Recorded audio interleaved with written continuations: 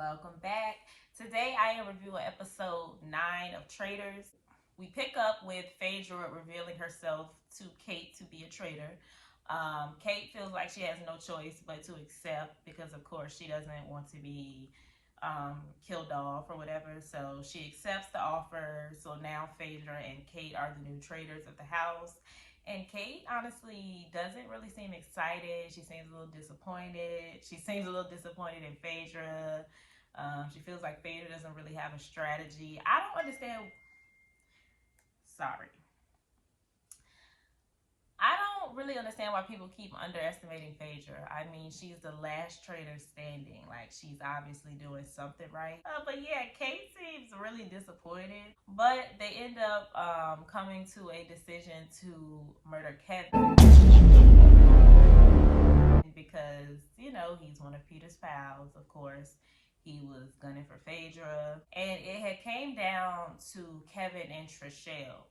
Luckily, they chose Kevin because Trishelle got the shield. So it's a good thing they did that. I think they ended up not going for Peter because they thought he had the shield, but they got lucky with that. So, Phaedra is still a target amongst Peter and his remaining pals, which are only Trishelle and John.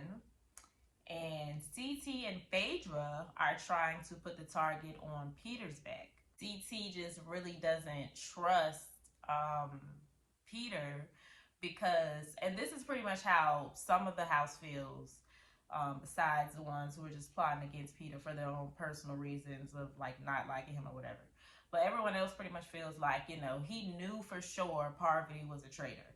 But last week, you completely tried to make a new target out of Phaedra when we know for sure Parvati is a traitor. Like, it doesn't make sense. You keep trying to cut deals with these traitors and be friends with them. Like, it doesn't make sense. So that's pretty much everyone's issue with Peter in the house. So the next challenge that they have is in this church.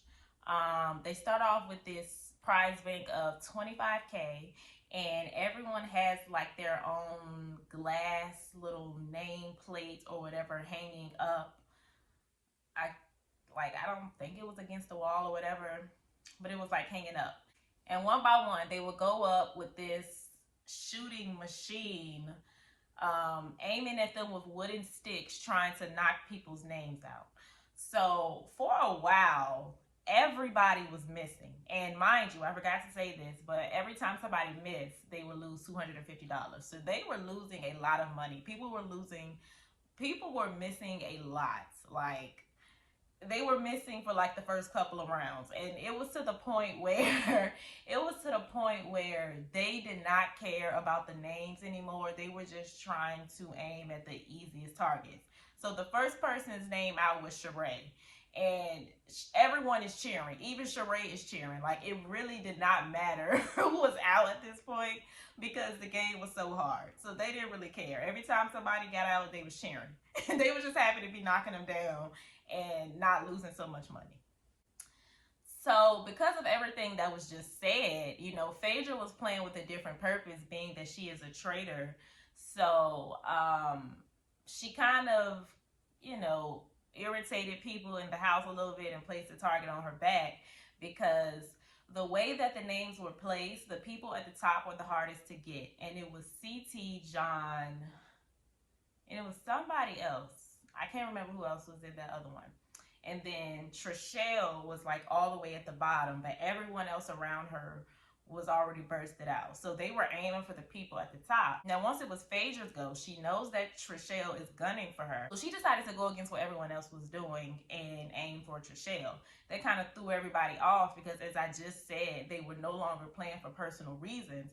At this point, they were just trying to get the easiest targets. And being that they had went so many times, they were kind of starting to figure the machine out. So they already had it set in a certain spot, and they only wanted to move it to certain spots to have a better chance at getting people. So Phaedra kind of completely messed that up when she goes from here all the way down here aiming for Trishelle. So that kind of made people look at her sideways and go like, that's kind of a traitor move. So, people started looking at Phaedra weird for that. Phaedra ended up missing, But once she did that, everyone followed her lead, gunning after Trishelle, and eventually they got her out. She was really upset about that. I'm starting to get annoyed with Trishelle because like she always like gets so personally offended when she doesn't get saved or when she doesn't get a shield. It's just like, girl, you're not gonna win every week. Like she started to get on my nerves. She done took it personal when CT didn't save her. She done got real mad with Phaedra. It was another time, I think she was like disappointed she didn't win a shield. It's just like, girl, you just not gonna win every week. Like, it is what it is. So yeah, she's kind of starting to get on my nerves.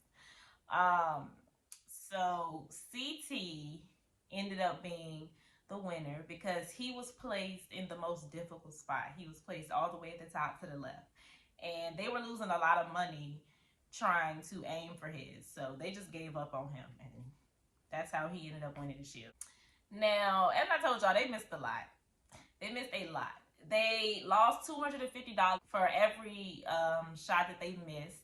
So they started with $25K and they ended with $15,250. That's a little bit over $10,000. So you divide that by 250 and that'll tell you how many shots they missed. That's a lot. So after the challenge, it's time for the next banishment.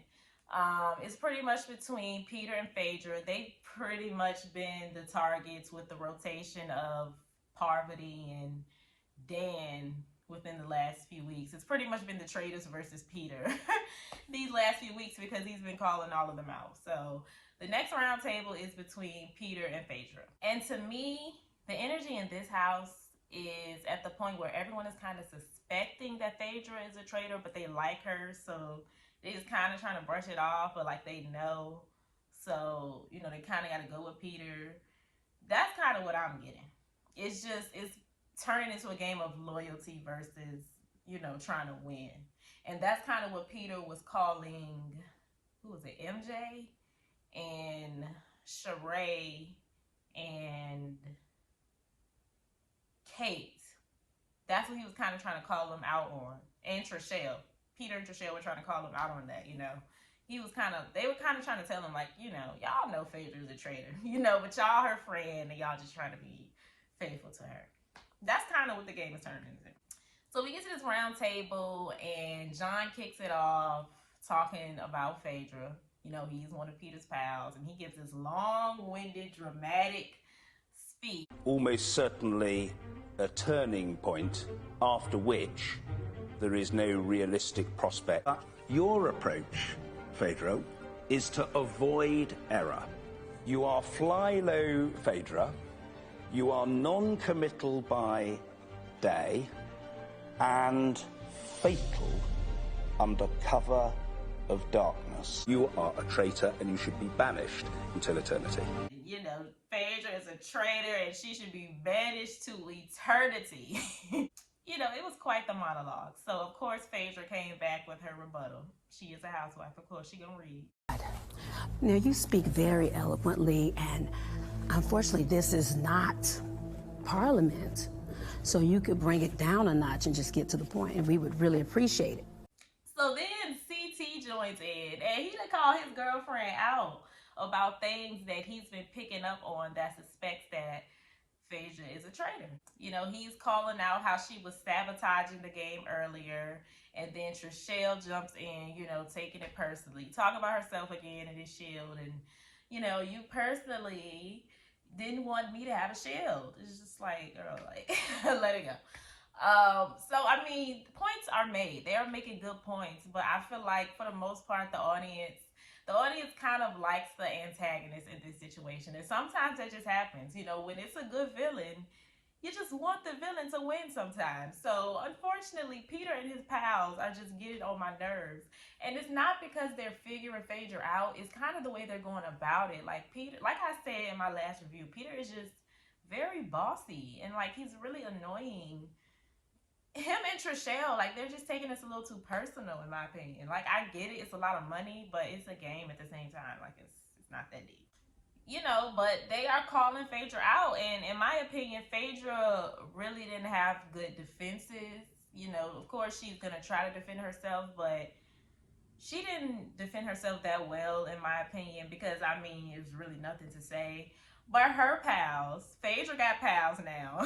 Phaedra's pals that joined in and, started accusing Peter. I feel like they know. They have to know because, points are being made.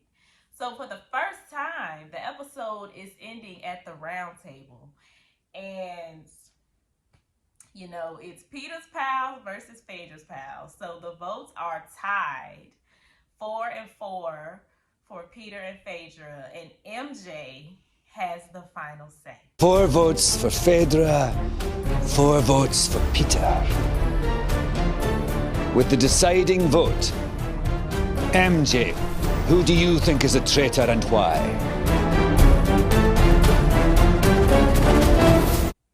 Now, what I find interesting about this is because earlier, Peter and MJ had that conversation that I was telling you guys about where he was basically calling them out for being loyal versus playing the game. And MJ was the main one saying, well, no, I'm not here to make friends. I'm here to win. So that was kind of hinting at the fact that she would turn on Phaedra if she suspected that she was a traitor. So I just find it really interesting that the episode ended there. I'm wondering what that means, That has to be something dramatic. So what are they making us wait a week for this for? Is it because we gonna be so excited to finally see Peter go?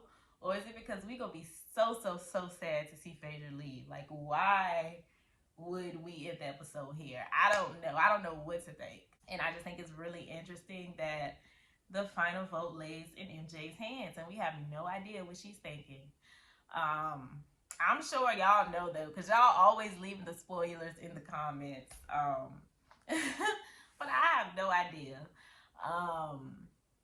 So yeah, that was this week's episode. It's getting good because it's getting down to a few people and everything is like becoming obvious at this point, except the fact that Kate is the new traitor. I don't know that people are suspecting that yet, even though throughout this episode she was kind of feeling really paranoid.